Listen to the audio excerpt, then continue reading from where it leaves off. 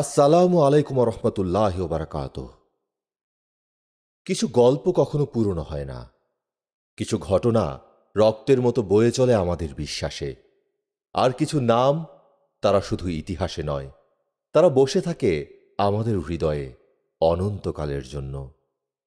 এই গল্প শুধু জানার নয়, এই গল্প অনুভব করার।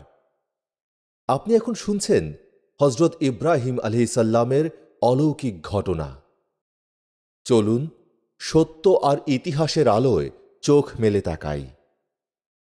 প্রিয় শ্রোতা বন্ধুরা, একবার ভেবে দেখুন তো, রক্ত ও মাংসে গড়া একটি জীবন্ত মানুষকে যদি জ্বলন্ত অগ্নিকুণ্ডে নিক্ষেপ করা হয়, তাহলে কেমন হতে পারে? একটি জীবন্ত মানুষকে দগ্ধ করার জন্য অগ্নিকুণ্ডে নিক্ষেপ করা হলো, কিন্তু আশ্চর্যজনকভাবে সেই মানুষটি একটুও দগ্ধ হল না। এটি কি অমূলক, অবিশ্বাস্য কিংবা অবধারণযোগ্য নয়?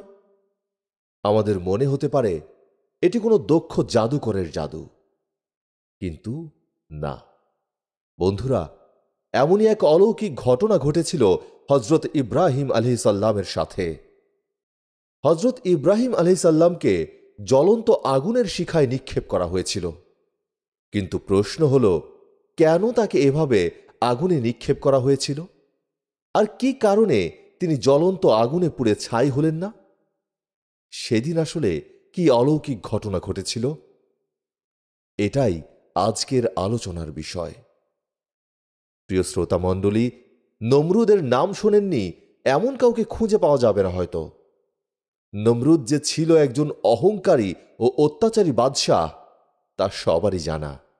তিনি আল্লাহ সুবহানাহু ওয়া তাআলার তাওহীদ ও একত্ববাদে ঘোর অবিশ্বাসী ছিলেন এবং নিজেকে একমাত্র উপাস্য বলে দাবি করতেন।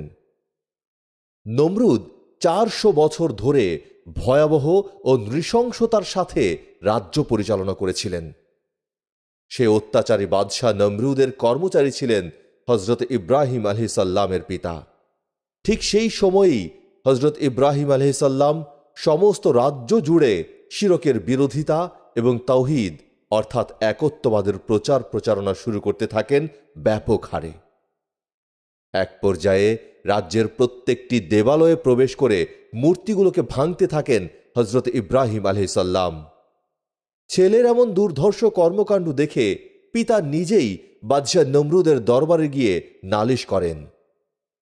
বাদশাহ নমরুদ একত্ববাদের আহ্বানকারী হযরত ইব্রাহিম আলাইহিসসালামকে চ্যালেঞ্জ ছুড়ে দিয়ে জিজ্ঞাসা করেন, সে কেমন প্রভু যার প্রতি তুমি মানুষকে আহ্বান করছো?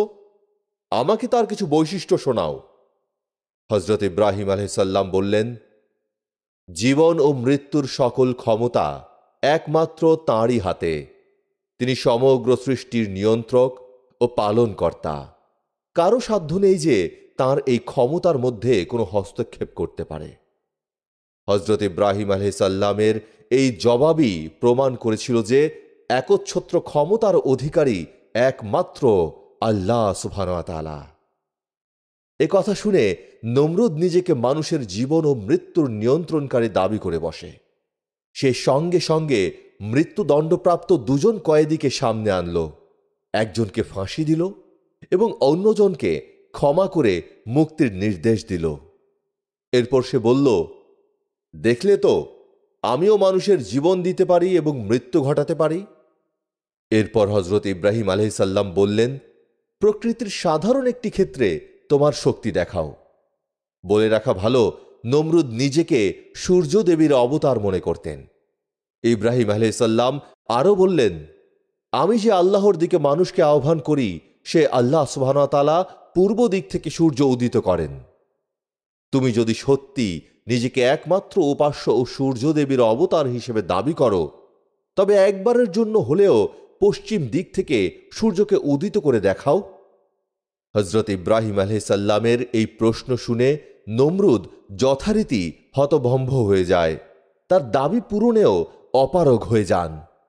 নমরুদ যে নিজেকে আল্লাহর সমকক্ষ দাঁড় করানোর নিষ্ফল চেষ্টা করে, ইব্রাহিম আলাইহিসসালামের প্রশ্নের ফলে সে চেষ্টা নিষ্ফল হয়ে যায়। কিন্তু নমরুদ সেদিন হযরত ইব্রাহিম আলাইহিসসালামের নিকট এই বিতর্কে পরাজিত হয়েছিল যুক্তিতর্কে এবং সত্যের ভিত্তিতে। নমরুদ বুঝতে পারলেন তার নিশ্চিত পরাজয়, কিন্তু সে নিজের রাজসভায় এই প্রকাশ্য পরাজয় কোনোভাবেই মেনে নিল না। এই প্রকাশ্য পরাজয়ের পরেই নমরুদ হজরত ইব্রাহিম আলাইহিসসালামকে জ্বলন্ত আগুনে জীবন্ত পুড়িয়ে মারার নির্দেশ জারি করল। একই সঙ্গে জনগণকে তার নিজের তৈরি ধর্মের দোহাই দিয়ে বলল, তোমরা একে পুড়িয়ে মারো এবং তোমাদের উপাস্যদের সাহায্য করো যদি তোমরা কিছু করতে চাও। নমরুদের জারি করা নির্দেশ মতো বিশাল অগ্নিকুণ্ড তৈরি করা হলো। তারপর বেশ কয়েকদিন ধরে আগুন জ্বালিয়ে অগ্নিকুণ্ডলী প্রস্তুত করা হলো। অন্যদিকে ইব্রাহিম আলাইহিসসালামকে অগ্নিকুণ্ডলিতে দগ্ধ করার জন্য জ্বালানি কাঠ সংগ্রহের জন্য নির্দেশ দিলেন কিছু লোককে। তারা দীর্ঘদিন ধরে জ্বালানি কাঠ সংগ্রহের কাজে লেগেছিলেন। কথিত আছে যে কোনো এক মহিলা রোগে আক্রান্ত হলে সে মানত করেছিল সে সুস্থ হলে ইব্রাহিম আলাইহিসসালামকে পোড়ানোর জন্য লাকড়ি সংগ্রহ করে দেবে। প্রস্তুতকৃত অগ্নিকুণ্ডলীর গর্তটি ছিল প্রকাণ্ড। সেই অগ্নিগর্ত হতে তীব্র দাহনে প্রজ্বলিত অগ্নিশিখা এত উপরে উঠতে থাকে যে যার কোনো তুলনা হয় না। তারপর হজরত ইব্রাহিম আলাইহিসসালামকে সেই অগ্নিকুণ্ডে নিক্ষেপ করে। এই সময় ইব্রাহিম আলাইহিসসালাম বলতে থাকেন, হে আল্লাহ, আপনি ব্যতীত আর কোনো ইলাহ নেই, আপনি মহাপবিত্র, বাদশাহীর মালিক কেবল আপনি, আপনার কোনো শরিক নেই। তিনি আরো বলেন, আমার জন্য আল্লাহই যথেষ্ট, তিনি উত্তম অভিভাবক। অবিশ্বাস্য প্রশ্ন হল, হজরত ইব্রাহিম আলাইহিসসালাম এই উত্তপ্ত জ্বলন্ত আগুনে দগ্ধ হলেন না। একবার ভেবে দেখুন, কুণ্ডলী জুড়ে উত্তপ্ত জ্বলন্ত আগুন, মাঝখানে একটি জীবিত প্রাণ যার হাত পা আষ্টে পিষ্টে বাঁধা, তবুও এই অগ্নিকুণ্ডলী তাকে পুড়িয়ে ছাই করতে পারল না।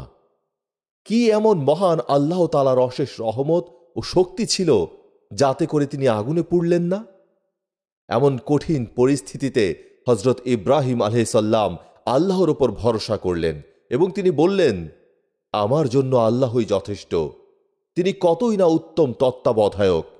আবু ইয়ালা আবু হুরায়রা রাদিয়াল্লাহু তাআলা আনহুর সূত্রে বর্ণনা করেন, রাসূলুল্লাহ সাল্লাল্লাহু আলাইহি সাল্লাম বলেছেন, ইব্রাহিম আলাইহিসসালামকে যখন আগুনে নিক্ষেপ করা হয় তখন তিনি এ দোয়াটি পড়েন, হে আল্লাহ, আপনি আকাশ রাজ্যে একা, আর এই জমিনে আমি একাই আপনার ইবাদত করছি।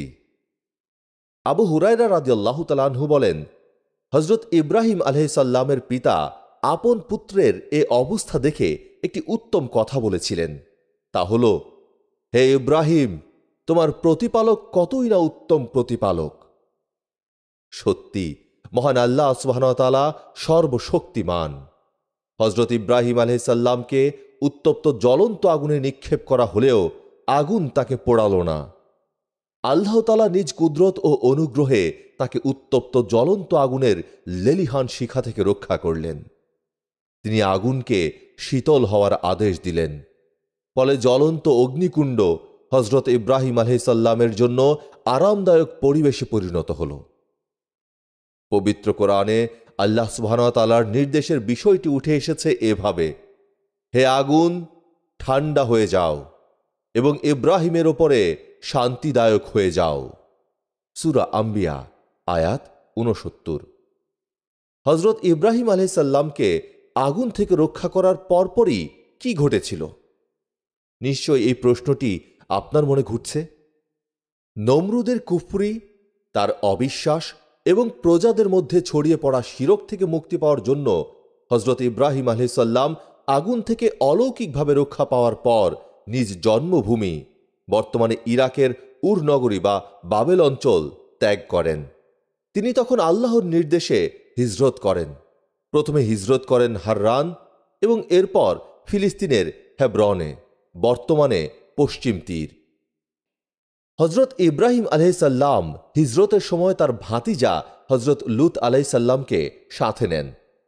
হজরত ইব্রাহিম আলাইহিসসালাম তার তাওহীদের দাওয়াত কার্যক্রমে লূত আলাইহিসসালামকে বড় ভূমিকা পালন করতে বলেন। পরে আল্লাহ সুবহানাহু ওয়া তাআলা হজরত লূত আলাইহিসসালামকে নবী হিসেবে মনোনীত করেন এবং তিনি সামুদ জাতির কাছে প্রেরিত হন, যারা যৌন বিকৃতি ও কুপ্রবৃত্তির জন্য কুখ্যাত ছিল। হজরত ইব্রাহিম আলাইহিসসালামের স্ত্রী সারাহ দীর্ঘদিন বন্ধ্যা ছিলেন। পরে সারাহ নিজ দাসী হাজরা আলাইহিসসালামকে হজরত ইব্রাহিম আলাইহিসসালামের নিকট অর্পণ করেন সন্তান লাভের আশায়। হাজরা আলাইহিসসালাম এর গর্ভ থেকেই জন্ম হয় হজরত ইসমাইল আলাইহিসসালামের। আল্লাহর নির্দেশে হজরত ইব্রাহিম আলাইহিসসালাম, হাজরা আলাইহিসসালাম ও শিশু ইসমাইল আলাইহিসসালামকে বর্তমান মক্কা নগরীর মরু প্রান্তরে রেখে যান।